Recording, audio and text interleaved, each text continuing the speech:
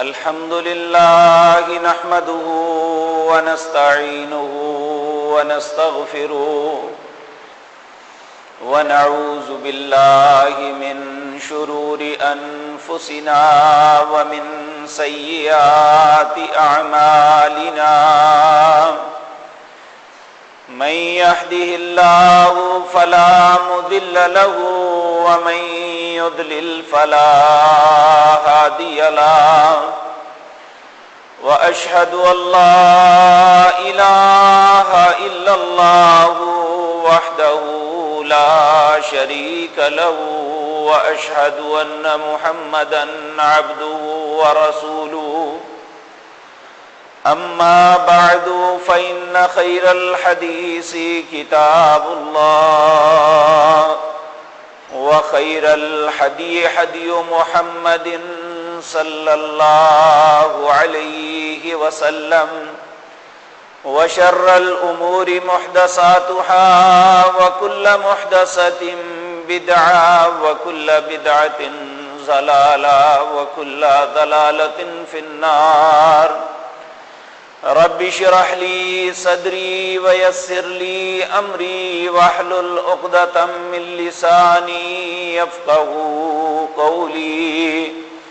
اللهم انفعنا بما علمتنا وعلمنا ما ينفعنا وزدنا علما رب أوزعني أن أشكر نعمتك التي أنعمت علي وعلى والدي وأن أعمل صالحا ترضاه وأصلح لي في ذريتي إني تبت إليك وإني من المسلمين أعوذ بالله السميع العليم من الشيطان الرجيم بسم الله الرحمن الرحيم وإلى مدين أخاهم شعيبا قال يا قوم اعبدوا الله ما لكم من إله غيره قد جاءتكم بينة من ربكم فأوفوا الكيل والميزان ولا تبخسوا الناس أشياءهم ولا تفسدوا في الأرض بعد إصلاحها ذلكم خير لكم إن كنتم مؤمنين ولا تقعدوا بكل صراط توعدون وتصدون عن سبيل الله من آمن به وتبغونها عوجا واذكروا إذ كنتم قليلا فكسركم وانظروا كيف كان عاقبة المفسدين وَإِن كَانَ طَائِفَةٌ مِّنكُمْ آمَنُوا بِالَّذِي أُرْسِلْتُ بِهِ وَطَائِفَةٌ لَّمْ يُؤْمِنُوا فَاصْبِرُوا حَتَّى يَحْكُمَ اللَّهُ بَيْنَنَا وَهُوَ خَيْرُ الْحَاكِمِينَ۔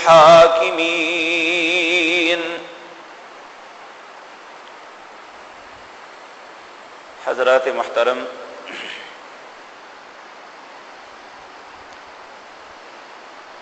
انسانی زندگی کے اندر یہ فطرت ہے کہ ہر چیز کے اندر تنزلی بھی آتی ہے اور ترقی بھی آتی ہے۔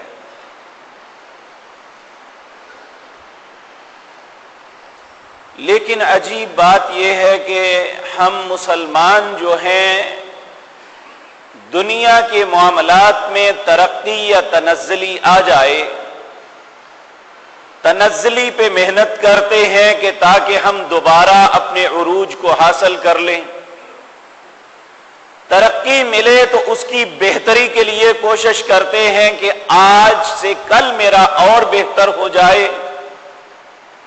ہر شخص محنت کرتا ہے اور یہ اس کا حق ہے، اس سے اللہ نے اسے منع نہیں کیا۔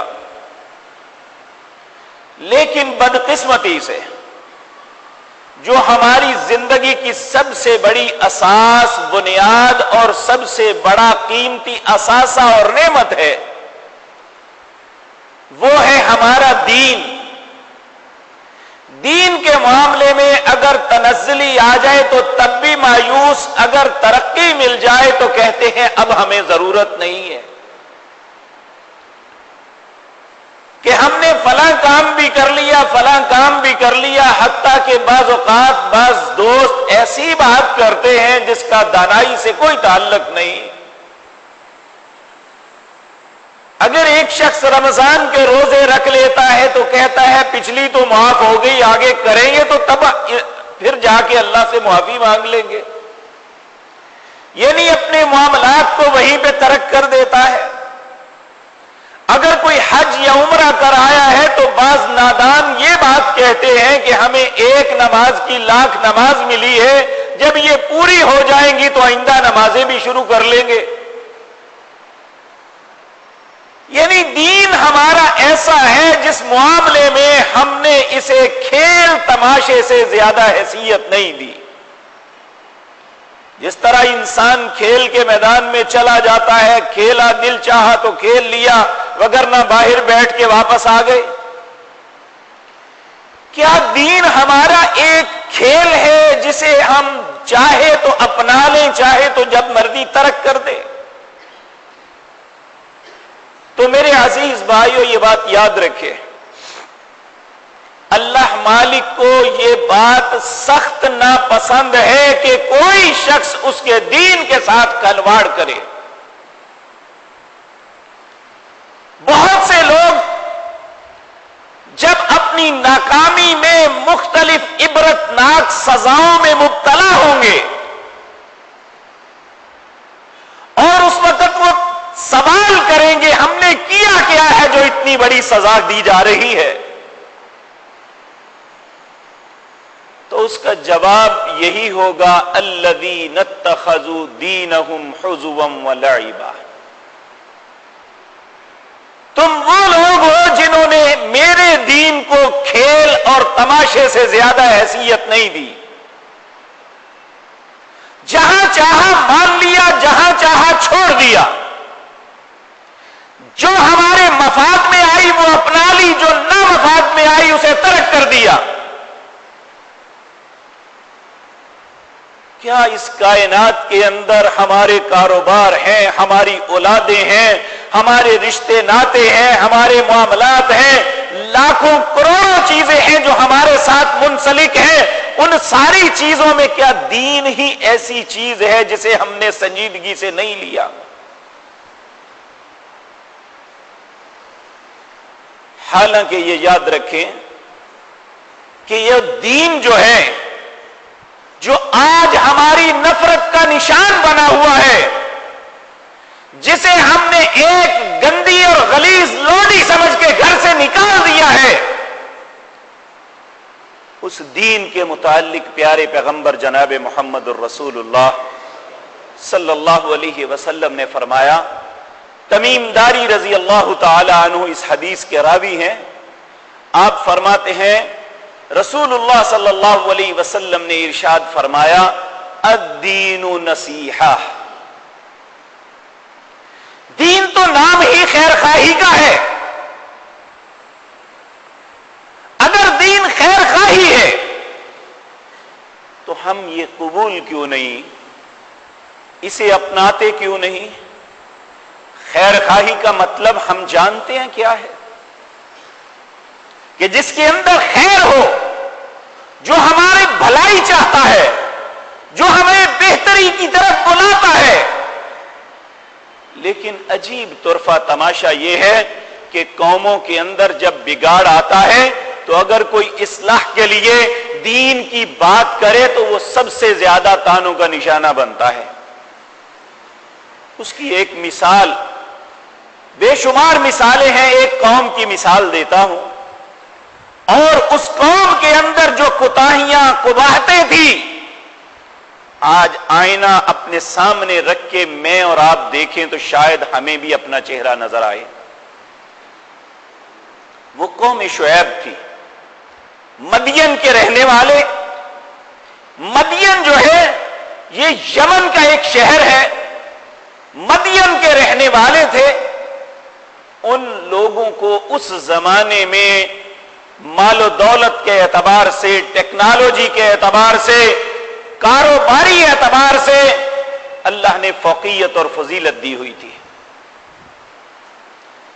لیکن جیسے جیسے ان کے پاس ترقی کی معراج آتی گئی، ان کے مزاج بگڑتے چلے گئے.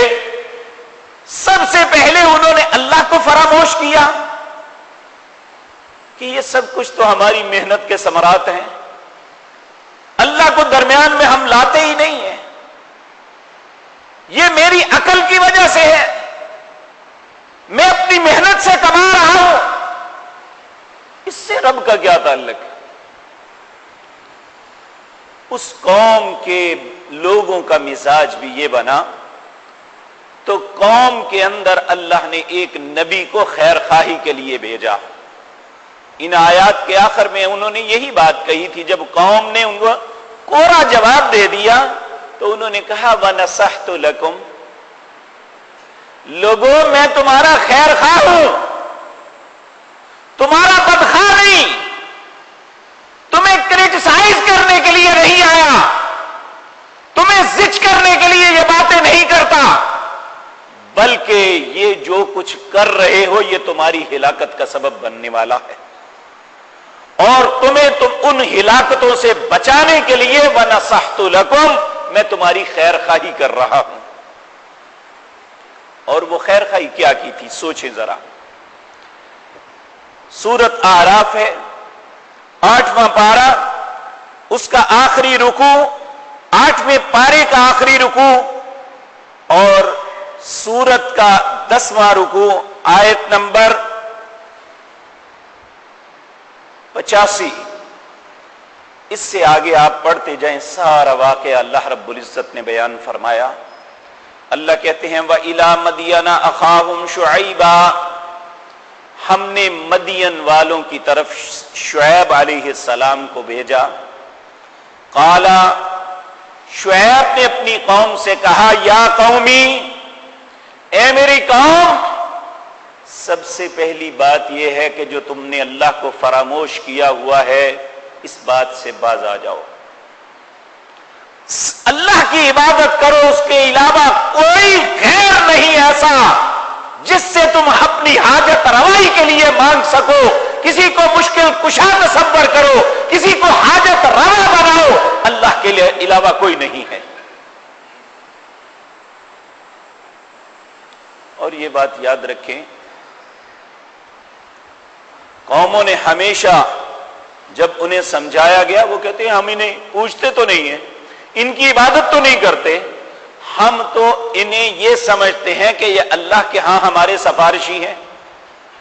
ہؤلاء شفعاؤنا عند اللہ، یہ اللہ کے پاس ہمارے سفارشی بننے والے ہیں، اس لیے ہم ان کے ساتھ سامنے جا کے التجائی کرتے ہیں، ان کے ہاتھ پاؤں چومتے ہیں، ان کی قبروں پہ جاتے ہیں.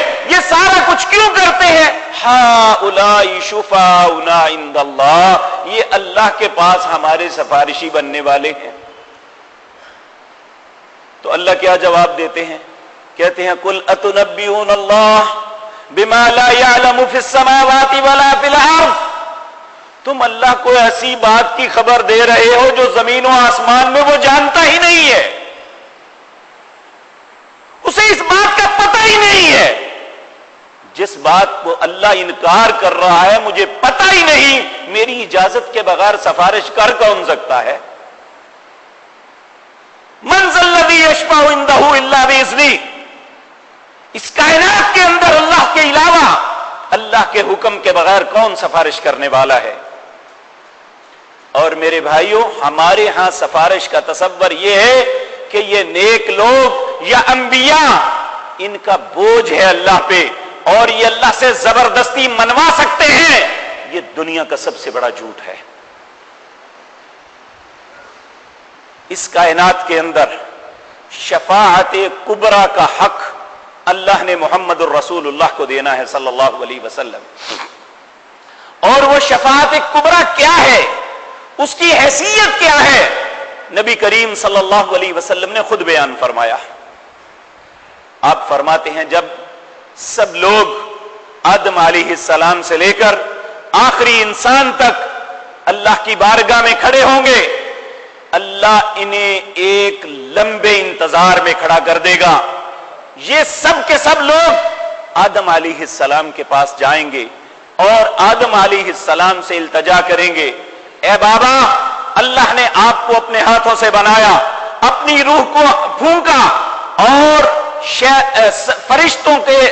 فرشتوں کو سجدہ کروایا، آپ اللہ کے حضور ہماری سفارش کیجئے کہ اللہ ہمارا حساب و کتاب شروع کرے۔ آدم علیہ السلام جواب دے دیں گے، آج اللہ جتنے غضبناک ہیں کبھی نہیں، میں اللہ کے حضور آپ کی سفارش نہیں کر سکتا، نوح کے پاس چلے جاؤ، شاید تمہارا معاملہ ہو جائے۔ سب لوگ نوح علیہ السلام کے پاس جائیں گے، انہیں کہیں گے اللہ نے آپ کو آدم ثانی بنایا، آپ سے ہی دنیا مخلوق ایک مرتبہ پھر بنی، اس سے پہلے سب تباہ ہو گئے، آپ اللہ کے حضور ہماری سفارش کیجئے، اللہ مالک ہمارا حساب و کتاب شروع کر دے۔ نوح علیہ السلام کہیں گے آج جتنے اللہ غضبناک ہیں کبھی نہیں، میں اللہ کے حضور بات نہیں کر سکتا، میں نے تو اپنے بیٹے کے لیے اللہ سے التجا کی تھی، اللہ کی طرف سے یہ حکم آ گیا، فمن جاء، تیرے پاس اللہ کی نصیحت آ گئی، اگر دوبارہ میرے حضور اپنے بیٹے کی التجا کی، میرے اپنے بیٹے کی سفارش کی، میں نبیوں سے نکال کے جاہلوں میں کھڑا کر دوں گا، میں نہیں جا سکتا۔ جاؤ ابراہیم کے پاس، سیدنا ابراہیم خلیل اللہ، ان کے پاس لوگ جائیں گے، آپ اللہ کے خلیل اور دوست ہیں، اللہ نے آپ کو دنیا کی امامت کے لیے چنا، آپ ابو الانبیاء ہیں، اللہ کے حضور ہماری سفارش کیجئے۔ ابراہیم علیہ السلام کہیں گے میں تمہاری سفارش نہیں کر سکتا، کیونکہ میں ڈرتا ہوں اللہ آج جیسے سخت غصے میں کبھی نہیں تھے۔ پھر موسیٰ کے پاس، عیسیٰ کے پاس جائیں گے، حضرت عیسیٰ علیہ السلام صرف رستہ بتائیں گے، کہیں گے سفارش میں بھی نہیں کر سکتا، جاؤ اس احمد کے پاس جسے اللہ نے یہ حق دیا ہے، ان سے جا کے کہو، وہ آپ کی سفارش کریں گے۔ نبی کریم صلی اللہ علیہ وسلم فرماتے ہیں ساری مخلوق میرے پاس آئے گی اور مجھ سے کہے گی اللہ نے آپ کو خاتم الانبیاء بنایا، اللہ نے نبیوں کی امامت آپ کو عطا کی، آپ اللہ کے حضور ہماری سفارش کیجئے، اللہ ہمارے امتحان کو شروع کرے، ہمارا حساب و کتاب شروع کرے۔ نبی کریم صلی اللہ علیہ وسلم فرماتے ہیں میں ان سے حامی بھر لوں گا کہ ہاں میں اللہ کے حضور سفارش کرتا ہوں تمہاری۔ پھر آپ اللہ کی بارگاہ میں جائیں گے، عرش معلیٰ کے سامنے آپ سجدے میں گر جائیں گے، 7 دن اور 7 راتیں سجدے میں پڑے رہیں گے۔ نبی کریم صلی اللہ علیہ وسلم نے فرمایا مجھے آج وہ اللہ کی تعریفات نہیں پتا جو اللہ میرے دل میں القاء کریں گے، میں ان تعریفات کے ساتھ اللہ کے حضور اس کی منتیں کرتا رہوں گا۔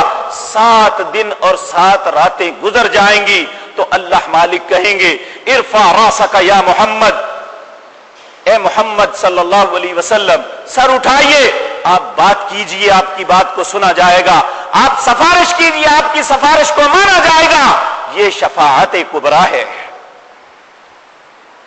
ہم یہ تصور کرتے ہیں کہ اللہ ایک اپاہج چیز ہے اور جو ارد گرد جتنے ہیں ساری قوتوں طاقتوں کے مالک وہ ہیں، جس کا دل چاہے اللہ سے جو مرضی چھین لے، جس کا دل چاہے اللہ کی ربوبیت کو قائم رہنے دے اور جس کا دل چاہے اسے ڈھا کے رکھ دے، نعوذ باللہ۔ یہ طرفہ تماشا بنایا ہوا ہے۔ ہندو مشرک ہے کہ وہ 3000 مورتیوں کو پوجتا ہے، ہم 3 لاکھ قبروں کو پوجنے کے باوجود مسلمان ہیں۔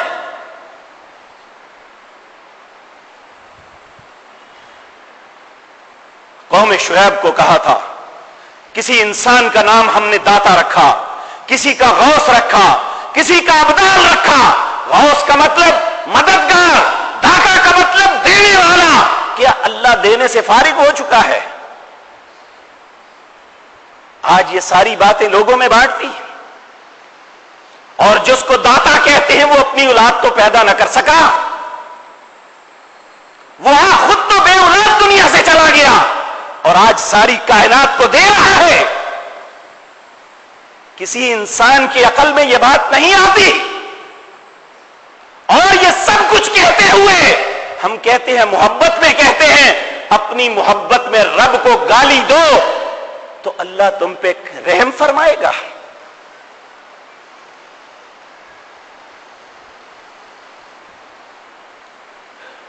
پیارے پیغمبر جناب محمد الرسول اللہ صلی اللہ علیہ وسلم نے غیرت مند انسان کے ذہن پہ چوٹ مار کے یہ بات کہی، جس طرح تمہارا باپ ایک ہے اس طرح تمہارا رب بھی ایک ہے۔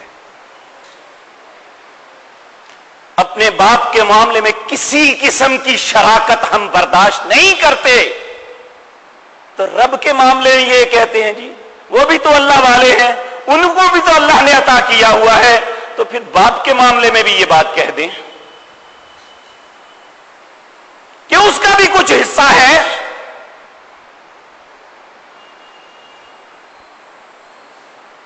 العیاذ باللہ، قوم شعیب کو بھی شعیب علیہ السلام نے کہا یا قوم اعبدوا اللہ ما لکم من الہ غیرہ، اے میری قوم صرف ایک اللہ کی عبادت کرو، اس کے علاوہ کسی غیر کی عبادت نہ کرنا۔ دعا مانگنا یہ بھی عبادت ہے، کسی کے سامنے التجا کرنا یہ بھی عبادت ہے، کسی کو اپنا شفیع سمجھنا یہ بھی عبادت ہے، اور ان ساری چیزوں کا انکار کرنا توحید ہے۔ دین کی اساس اور بنیاد توحید کے اوپر قائم ہوتی ہے۔ اگر کسی انسان کے پاس توحید نہیں ہے تو اس کے پاس دین نام کی کوئی چیز نہیں۔ تو سب سے پہلی بات شعیب علیہ السلام نے اپنی قوم کو سمجھائی، کیا آج ہم بھی اسی قباحت میں مبتلا نہیں ہیں؟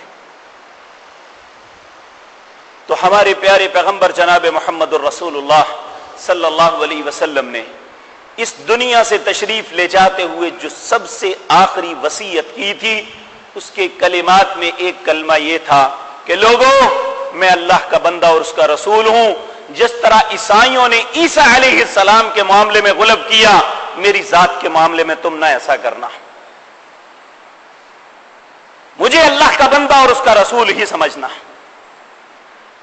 کیا ہمارے لیے یہ کافی نہیں ہے کہ وہ ہمارے رہبر ہیں؟ اللہ نے آپ پہ ہدایت نازل کی، آپ نے ہمیں ہدایت کا رستہ بتایا، کیا یہ آپ کی عظمت کے لیے کافی نہیں ہے؟ کیا آپ کی عظمت اس طرح بنے گی کہ ہم آپ کو اللہ کے برابر بٹھا دیں جا کے؟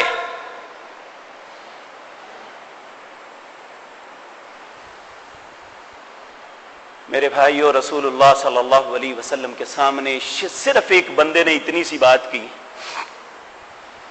آپ تشریف فرما ہے اور آپ کے سامنے ایک لفظ بولا، کہا ما شاء اللہ و شئت،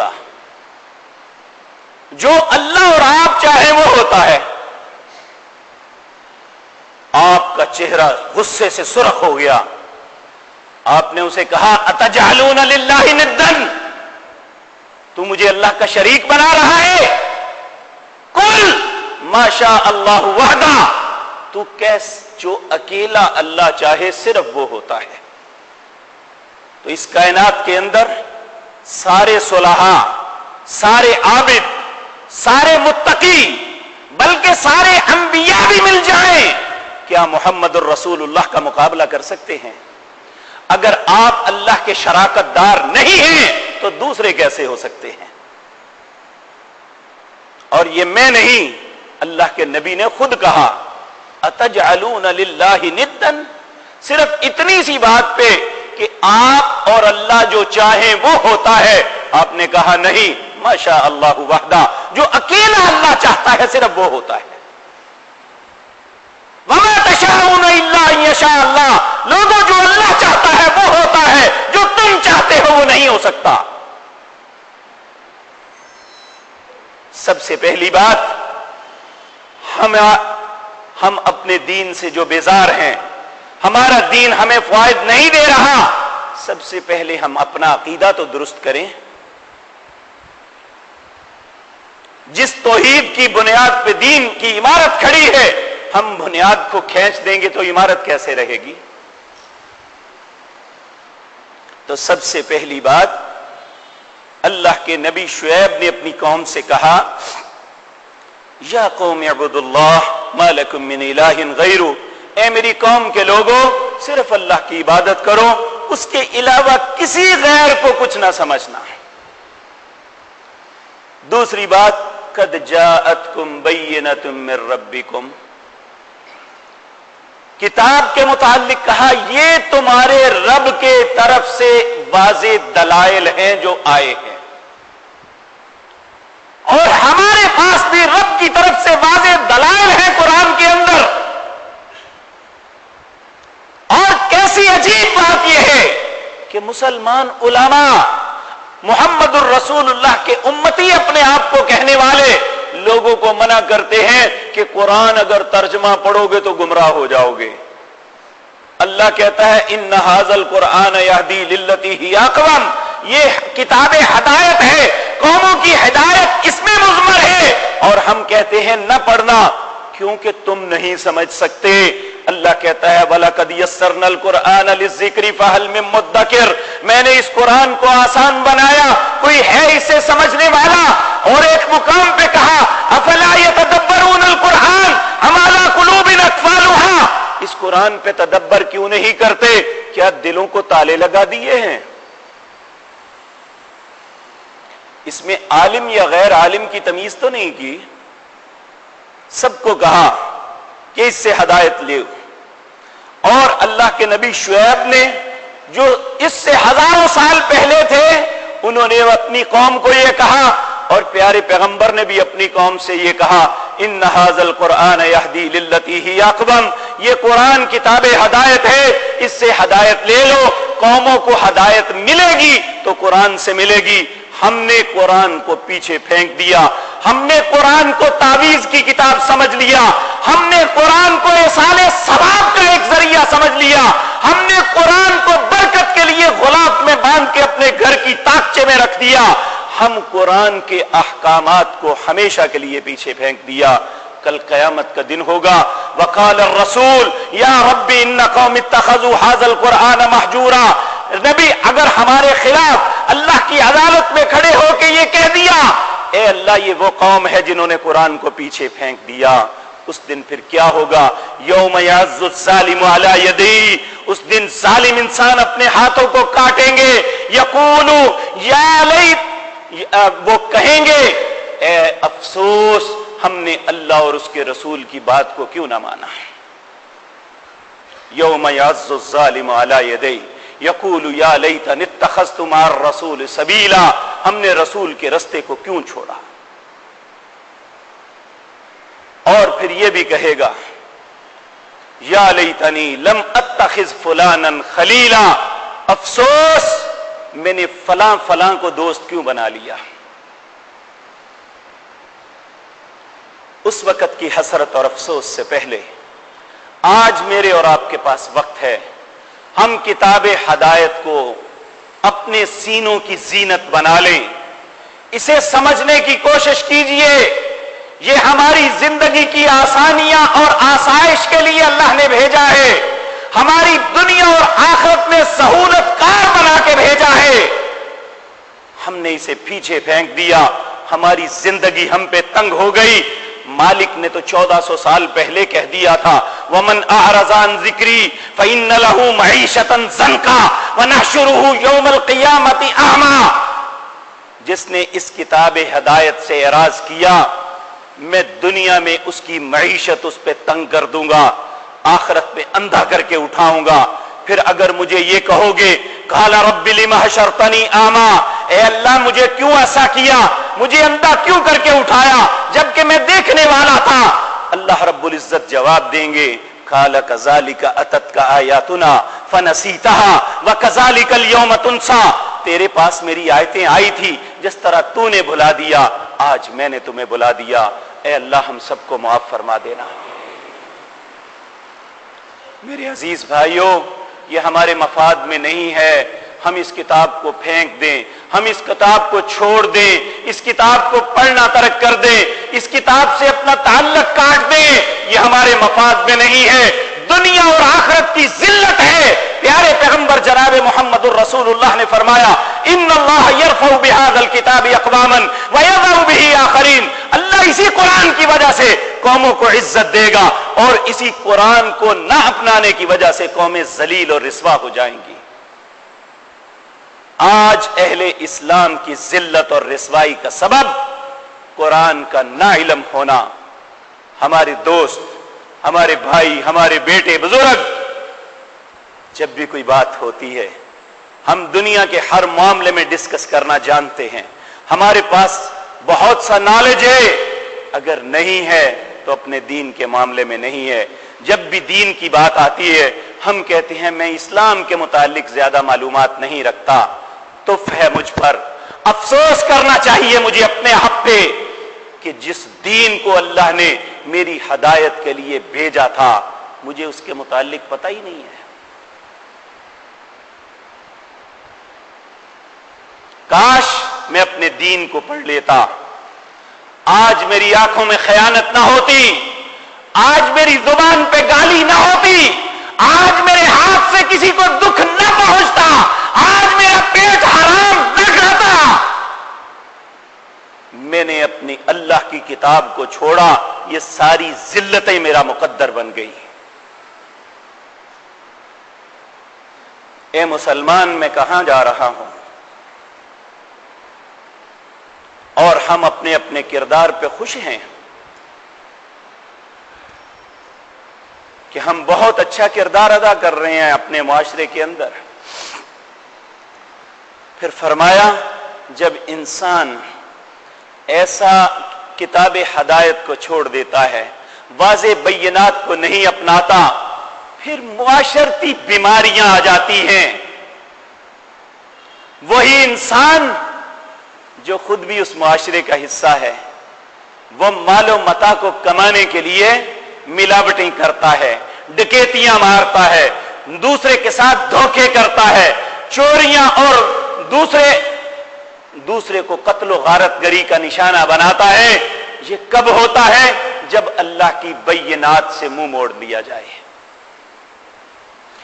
تو پھر اس کے بعد کہا کہ تیرے پاس اللہ کی طرف سے یہ آ گئی، اب یہ جو تم اپنے معاشرے میں کردار ادا کر رہے ہو باز آ جاؤ۔ فَأَوْفُوا الْكَيْلَ وَالْمِيزَانَ بِالْقِسْطِ، ناپ تول کو پورا کرو انصاف کے ساتھ۔ لوگوں سے لیتے ہوئے تو زیادہ لے لو، دیتے ہوئے کم دو، یہ اچھا کردار نہیں، یہ معاشرے میں فساد برپا کرتا ہے۔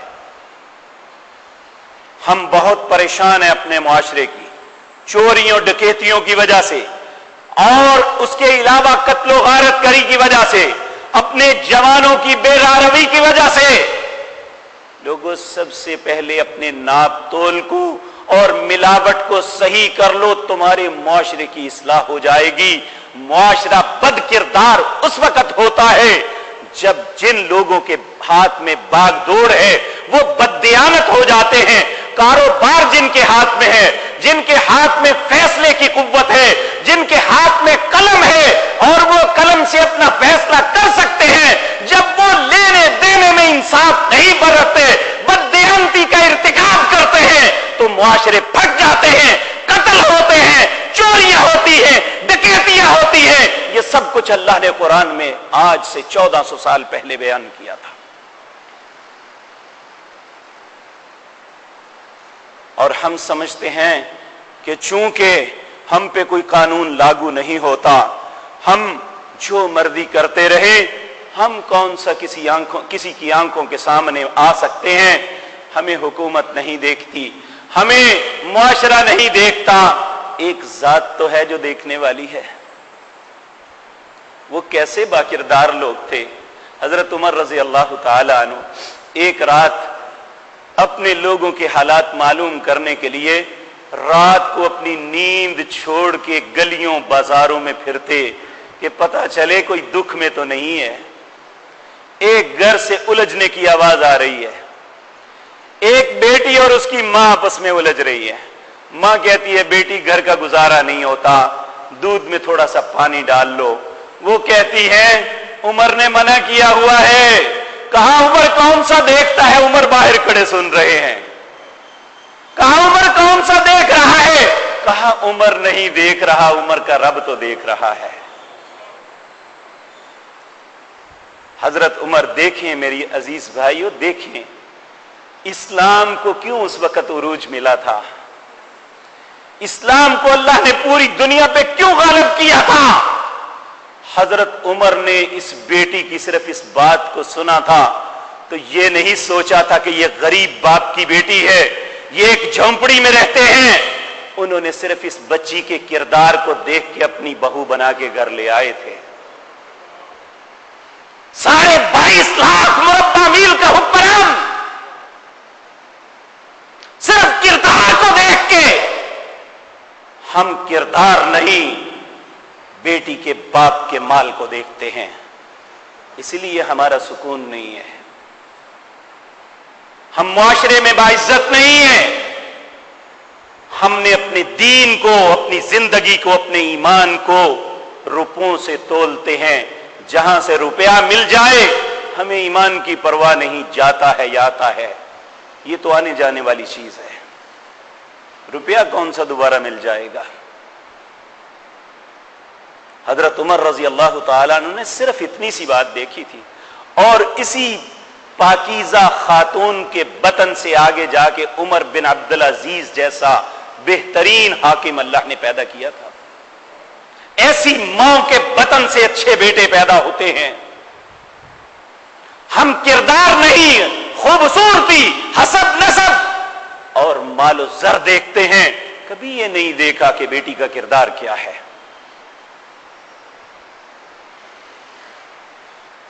میرے عزیز بھائیوں، جب قرآن کو چھوڑیں گے ہم 2 کام اگر کرنا شروع کر دیں گے، ایک ناپ تول میں کمی پیشی، دوسرا چیزوں کے ولا تبخسوا الناس اشیاءکم، چیزوں میں ملاوٹ کرنا، کہنا کچھ دینا کچھ۔ جب یہ کریں گے تو معاشرے کے اندر بگاڑ ایسا پیدا ہوگا جس کی اصلاح ممکن نہیں۔ اس کی اصلاح تبھی ہوگی جب معاشرے کے وہ انسان اپنے کردار کو درست کر لیں گے جو یہ سارا کچھ کر رہے ہیں۔ کیا ہم روزانہ نہیں سنتے کہ لوگوں کو مردار کھلایا جاتا ہے، گدوں کا گوشت ہوٹلوں میں بکتا ہے؟ کیا ہم یہ روزانہ نہیں سنتے؟ آئل اور گھی کے نام پہ ہمیں مردار کی چربی کھلائی جاتی ہے۔ کیا ہم یہ روزانہ نہیں سنتے؟ مرچ کے نام پہ جانوروں کا کھانا پھک ملا کے لوگوں کو دی جاتی ہے۔ کیا یہ مسلمان کا کردار ہے؟ پھر ہم اسلام کو گالی دیتے ہیں۔ مت گالی دو اسلام کو، اسلام ہمیں بددیانتی کا حکم نہیں دیتا، اسلام تو ہمیں دیانتداری کی بات کہتا ہے۔ گالی اپنے کردار کو دو جو گندا ہو چکا۔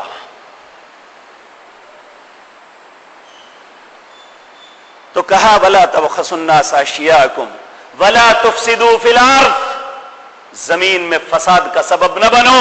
یہ دونوں چیزیں زمین میں فساد برپا کر دیتی ہے۔ ذَلِكُمْ خَيْرٌ لَكُمْ إِن كُنتُم مُؤْمِنِينَ، تمہارے حق میں یہ بات بہتر ہے اگر تم ماننے والے بن جاؤ۔ وَلَا تَقْعُدُوا بِكُلِّ صِرَاطٍ تُوعِدُونَ، پھر وہ جو ڈکیتیاں کرتے ہیں، جو مال لوٹتے ہیں، انہیں اپریشیٹ نہیں کیا کہ تم نے بڑا اچھا کیا ہے، کہا لوگوں کی راہوں میں بیٹھ کے ڈکیتیاں مت کرو۔ آج ہم یہ لوگ سمجھتے ہیں کہ یہ سارا کچھ کرنے کے باوجود پولیس کے ہاتھ نہیں آتے، لوگ ہمیں نہیں پکڑ سکتے۔ شرمناک بات یہ ہے کہ اس وقت پنجاب سے جتنی گاڑیاں چوری ہوتی ہیں، ساری کی ساری جن لوگوں کے پاس پیسے دے کے لوگ واپس آتے ہیں ان کا تعلق تبلیغی جماعت سے ہے۔ ہاتھ میں تسبیح، نیچے مسلح بنا ہوتا ہے، لوگوں سے ان کے مال چھین کے پیسے وصول کر کے واپس کرتے ہیں، اور یہ سمجھتے ہیں کہ وہ ہمارا دین ہے اور یہ ہمارا کاروبار ہے. اور ہماری ایجنسیاں کہاں سوئی ہوئی ہیں؟ کیا ان کے سہولت کار جو اس شہر کے بہت بڑے بڑے لوگ ہیں ہماری ایجنسیوں کو پتا نہیں ہے کل قیامت کے دن اللہ کی عدالت میں وہ کیا جواب دیں گے؟ اگر پولیس پہ حملہ ہو جائے، فوج پہ حملہ ہو جائے، ہم پورے ملک کو ایکشن میں لے آتے ہیں، کیا پوری دنیا لٹ جائے ہمارے سر پہ جوں نہیں ریگتی؟ ان سسکتے بلکتے ہوئے انسانوں کی منہ سے نکلنے والی بد دعائیں کب تک ان کا سامنا کرو گے؟ اور اتنے دلیر، اتنے اب ان کے دل بڑھ گئے ہیں، اگر تھوڑی سی کوئی مزاحمت کرتا ہے، اپنے پیسے کی حفاظت کے لیے انکار کرتا ہے، گولی مار دیتے ہیں اور اس قتل کا کچھ نہیں بنتا. اور ہمارے ادارے کے بعض گندے اور غلیظ لوگ ان سے پیسے وصول کرتے ہیں ان کاموں کے. اچھے بھی لوگ ہوں گے لیکن وہ اتنے کم ہیں کہ وہ کوئی اچھا کردار نہیں معاشرے میں ادا کر سکتے. کیا جواب دیں گے اللہ کو؟ قوم شعیب کو اللہ نے حضرت شعیب علیہ السلام کے ذریعے سے یہ پیغام دیا تھا، وَلَا تُفْسِدُوا فِي الْأَرْضِ، زمین میں فساد نہ برپا کرو بعد اصلاحها. اللہ نے زمین کو فساد والا نہیں بنایا، اللہ نے تو اس کے بالکل درست بنایا ہے.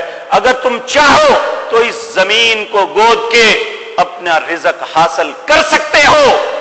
تمہارے لیے اللہ نے زمین میں بہت سی روزیاں بکھیری ہیں، تم غلط رستوں کو نہ اپناؤ. ذالکم، اللہ اکبر، کہا بکل صراط توعدون وتصدون عن سبیل اللہ. بہت سے لوگ ایسے بھی معاشرے میں ہیں جن کی زندگی کا مقصد ہی لوگوں کو دین سے روکنا ہے. کچھ تو میڈیا کے اوپر اور کچھ ویسے، اور بعض علماء کے روپ میں اللہ کا رستہ بتانے کے بجائے اللہ کے رستے سے روک رہے ہیں. نبی کریم صلی اللہ علیہ وسلم، بلکہ قرآن میں اللہ نے فرمایا سورۃ توبہ کے اندر، یا ایھا الذین آمنو، اے لوگو جو ایمان لائے ہو، ان کثیرا من الاحبار والرہبان لیأکلون اموال الناس بالباطل ویصدون عن سبیل اللہ. اہل ایمان، تم میں اکثر مولوی اور صوفی ایسے ہوں گے جو لوگوں کا مال کھانے کی خاطر اللہ کا رستہ بتانے کے بجائے اللہ کے رستے سے روکیں گے. اس لیے ہم پہ ذمہ داری عائد ہوتی ہے، مت کسی پہ اعتماد کریں، خود اللہ کی کلام کو پڑھیں، خود کو اس کو سمجھنے کی کوشش کریں، رسول اللہ کے فرامین کو پڑھیں اور ہم اس دین پہ چلیں. کیونکہ رسول اللہ نے اس وقت فرمایا تھا کہ میری امت 73 فرقوں میں بٹ جائے گی، کلہم فی النار، سب جہنم میں جائیں گے، صرف وہ بندہ بچے گا جو اس چیز پہ چلے گا جس پہ آج میں اور میرے صحابہ چل رہے ہیں. ہم اس رستے کو دیکھیں، اس رستے کو اپنائیں. تو میرے عزیز بھائیوں، جب قوم کے لوگوں کو یہ کہا، قال الملأ الذین کفروا، قال الملأ الذین استکبروا من قومہ، قوم کے متکبر سرداروں نے کہا، یہ بڑا منہ پھٹ ہے، یہ بڑی باتیں کرتا ہے، ہماری کرپشن کے خلاف بولتا ہے، ہمیں اپنے مال کو اپنی مرضی سے تصرف نہیں کرنے دیتا، ہمیں اپنے منصب کو اپنی مرضی کے مطابق استعمال نہیں کرنے دیتا. لنخرجنک یا شعیب، کہا شعیب باز آ جا وگرنہ تمہیں یہاں سے زبردستی نکال دیں گے. لنخرجنک یا قوم، لنخرجنک یا شعیب، تمہیں بھی، والذین آمنوا معک، اور جو تیرے ساتھ تجھ پہ ایمان لانے والے ہیں ہم سب کو نکال دیں گے، معاشرے کی تطہیر کر دیں گے. کون ہوتا ہے مال ہمارا، ہم ملاوٹ کریں یا خالص بیچیں، ہم ڈکیتی ماریں یا کمائیں، جو بھی کریں، کون ہمیں روکنے والا ہے؟ شعیب اگر تم اپنی حرکتوں سے باز نہ آئے تو ہم لنخرجنک یا شعیب والذین آمنوا معک من قریتنا او لتعودن فی ملتنا، یا تم ہمارے معاشرے کا، ہمارے کردار کا حصہ بن جاؤ یا ہمارے شہر سے نکل جاؤ۔ میرے بھائیو، ہم بھی اپنے کردار کو دیکھیں۔ ایک دوست نے بات سنائی، عید کے دن نوجوان ٹولیوں کی صورت میں موٹر سائیکلوں پہ نکلتے ہیں، اتنی بدتمیزی سے چلاتے ہیں۔ پل کے اوپر ایک میاں اور بیوی موٹر سائیکل پہ جا رہے تھے، ان کے ساتھ ایک بزرگ دوسری موٹر سائیکل پہ تھے۔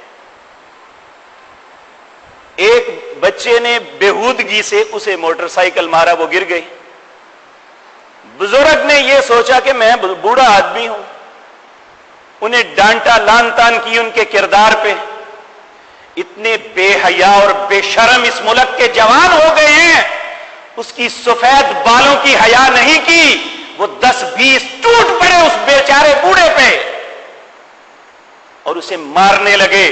اور اگر 2-4 لوگ اسے چھڑانے کے لیے آگے ہوئے تو ان کے ساتھ بھی، تو وہ اپنی عزت کو بچاتے ہوئے دوسرا شخص اپنی بیوی کو بٹھا کے وہ بھاگا، تو ان میں ایک دیوس اور کمینے نے کہا کہ اس کو ڈھونڈو، ان کو بھی مارو۔ یہ کردار ہے ہمارا معاشرے کے اندر۔ کیوں نہیں عذاب آئیں گے؟ کیوں نہیں زلزلے آئیں گے؟ کیوں نہیں ہمارے بربادی ہوگی؟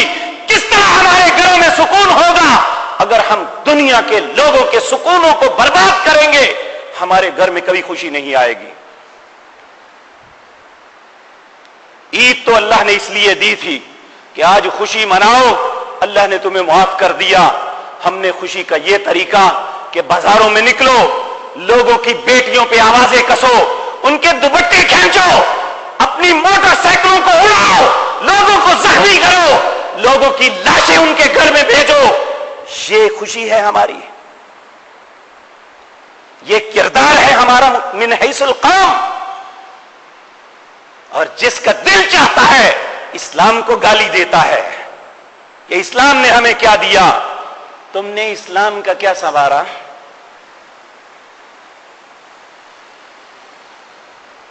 کیا صحابہ جیسے گھڑ سوار بھی دنیا میں تھے کوئی؟ موتا کی جنگ میں 3000 لوگوں نے 2 لاکھ کے لشکر کو روکا تھا۔ کیا انہیں سڑکوں پہ گھوڑے بگانے نہیں آتے تھے؟ ان کی عیدیں نہیں آئی تھی؟ ان کی تلوار کی نوک پہ تو سینکڑوں لوگ ہوا میں اڑ جایا کرتے تھے۔ کیا ان سے زیادہ تم قوت رکھتے ہو؟ اور یاد رکھو، سعودی عرب کے مفتی اعظم نے بھی یہ کہا تھا، آج میں اللہ کے گھر میں اس ممبر رسول پہ کھڑے ہو کے یہ کہتا ہوں، جو بچے ویلنگ کرتے ہوئے مرتے ہیں وہ حرام کی موت مرتے ہیں، خودکشی کرتے ہیں، ان کا جنازہ بھی نہیں پڑھنا چاہیے۔ کیا کردار بنایا ہے ہم نے؟ اور عجیب بات یہ ہے، کتنی موویاں اپلوڈ کی ہیں، کتنی بحث ہیں دوست، کہ دوست ٹرک میں کے نیچے آ کے کچلا جا رہا ہے، وہ تصویر بنا رہا ہے، اور پھر اپلوڈ کرتے ہیں تو خوشی سے دیکھتے ہیں بڑی ویلنگ کی ہے اس نے۔ الیاذ باللہ، من حیث القوم ہم کس طرف جا رہے ہیں؟ اللہ سے دعا ہے اللہ ہمیں سمجھ نصیب فرما دے۔ یاد رکھیں، اگر ہم نے اپنے دین کے ساتھ اسی طرح مذاق کیا تو اللہ بھی ہمارے ساتھ اسی طرح مذاق کرے گا۔ آخرت میں جو ہونا ہے وہ کسی نے نہیں دیکھا۔ آج اگر ہم اپنی دنیا ہی درست کرنا چاہتے ہیں تو اپنے کردار کو بدل لیں، وگرنہ اللہ کے فیصلے اٹل ہیں۔ جب وہ فیصلہ صادر فرماتا ہے تو پھر اس کے فیصلے پہ کسی کو جرت نہیں کہ اس کے فیصلے کو بدل سکے۔ اللہ مالک سے دعا ہے اللہ ہمیں سمجھ نصیب فرمائے، ہمارے جوانوں کو سمجھ نصیب فرمائے، اللہ ہمیں ہدایت عطا فرما دے، ہمیں اپنے دین کی قدر نصیب فرما دے، ہمیں اپنے دین کو اپنانے کی توفیق عطا فرما دے، ہر قسم کے شر اور فساد سے ہمیں بچا لے۔ اقول قولی ھذا واستغفر اللہ لي. ان الحمد للہ نحمده ونستعینه ونستغفره ونعوذ باللہ من شرور انفسنا ومن سیئات اعمالنا من يهده الله فلا مضل له ومن يضلل فلا هادي له واشهد ان لا اله الا الله وحده لا شريك له واشهد ان محمدا عبده ورسوله. اللهم صل على محمد وعلى ال محمد كما صليت على ابراهيم وعلى ال ابراهيم انك حميد مجيد. اللهم بارك على محمد وعلى آل محمد كما باركت على ابراہیم وعلى آل ابراہیم انك حمید مجید. یہ ایک بھائی ہے کلیم اللہ صاحب، انہوں نے آپ سے ایک التجا کی ہے. اللہ نے 4 بیٹیوں کے بعد انہیں بیٹا دیا ہے. 6 دن سے وہ ہسپتال میں وینٹیلیٹر میں ہے. اللہ سے دعا کریں اللہ اسے صحت کاملہ عاجلہ عطا فرمائے اور ماں باپ کی آنکھوں کی ٹھنڈک بنائے. یہ ایک بھائی نے کہا ہے کہ میرے ڈرائیور کا بیٹا لاہور جنرل اسپتال میں داخل ہے، اس کی صحت کے لیے دعا کریں اللہ انہیں شفائے کاملہ عاجلہ عطا فرمائے. اور بھی بہت سے، ایک بھائی نے کہا ہے میرے چچا کے لیے دعا کروائیں، وہ زندگی اور موت کی کشمکش میں ہیں، اللہ ان کے لیے آسانی فرمائے. اور بھی بھائیوں نے اپنے لیے دعا کی درخواست کی ہے، سب کے لیے اللہ سے دعا کریں، جو بھی کسی کی حاجت ہے اللہ پوری فرما دے. ایک بھائی نے سوال کیا ہے موٹر سائیکل پر مسجد آتے ہوئے کپڑے بارش سے گیلے ہو جاتے ہیں، سڑک چھینٹے بھی پڑ جاتے ہیں، تو کپڑے کو کیسے پاک کیا جائے؟ اسے کہتے ہیں بلوے کی چھینٹ، جس کا پتہ نہیں ہوتا کہاں پڑی ہے. تو آپ اپنے ہاتھوں کو پانی گیلا کر کے تو چھینٹے مار لیں تو انشاءاللہ وہ آپ کے کپڑے درست ہوں گے، آپ نماز پڑھ سکتے ہیں.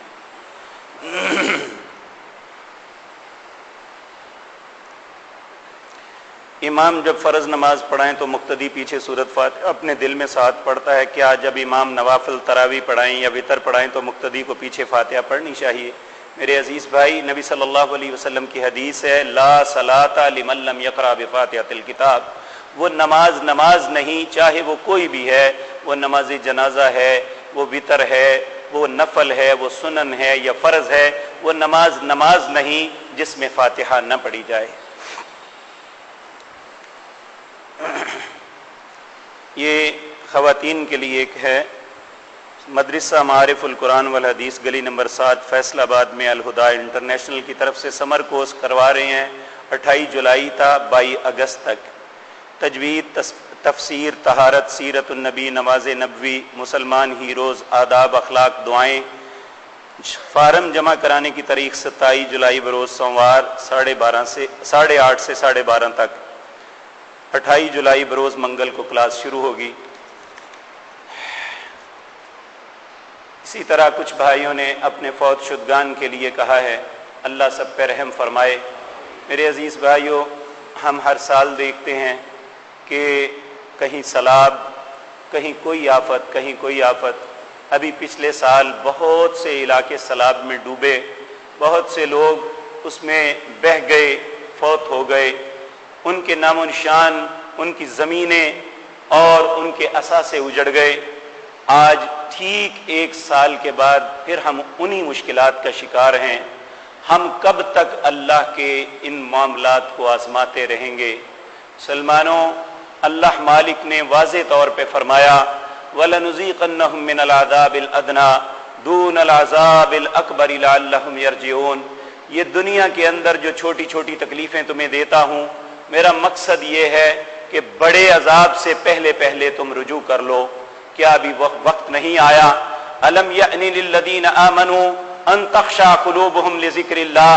ایمانداروں پہ بھی وہ وقت نہیں آیا کہ ان کے دل اللہ کا ذکر کو سن کے ڈر جائیں، وہ اللہ کی طرف پلٹ آئیں. ولا یکونوا کالذین اوتوا الکتاب. لوگوں، اللہ نے ہمیں یہ بات کہی تھی کہ ان لوگوں کی طرح نہ ہو جانا جنہیں اللہ نے کتاب عطا کی. اے امت محمد الرسول اللہ، تم ان لوگوں کی طرح نہ ہو جانا. من قبل فطال علیہم الامد فقست قلوبہم. جب ان کے اور نبی کے درمیان فاصلہ لمبا ہو گیا، ان کے دل سخت ہو گئے. فقست قلوبہم وکثیر منہم فاسقون. اکثر و بیشتر لوگ گناہوں میں مبتلا ہو گئے. تم امت محمد الرسول اللہ ان کی طرح نہ ہو جانا. بدقسمتی، ہم نے اللہ کی بات پہ توجہ نہ دی. پہلی امتوں کا رستہ اختیار کیا ہے۔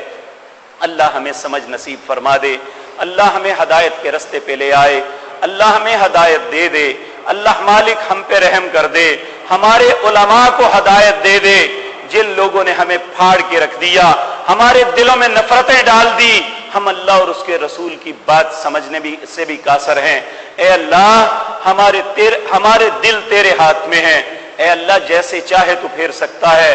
یا مصرف القلوب صرف قلوبنا علی دینک، اے دلوں کو پھیرنے والے ہمارے دلوں کو اپنے دین کی طرف پھیر دے، اے دلوں کو ثابت کرنے والے، اے جمع دینے والے اپنی فرما برداری پہ جمع دے۔ اے اللہ صرف رمضان ہی نہیں، ہمیں پوری زندگی اپنی اطاعت، اپنی فرما برداری پہ قائم رکھنا، ہمیں ہر قسم کے گناہوں سے بچا کے رکھنا۔ اے اللہ دنیا اور آخرت کی ذلتوں سے بچانا، دنیا اور آخرت کے شرور سے محفوظ رکھنا۔ اے اللہ ہماری دنیا بھی آسان کر دے، آخرت بھی آسان کر دے۔ سبحان ربک رب العزت عما یصفون وسلام علی المرسلین۔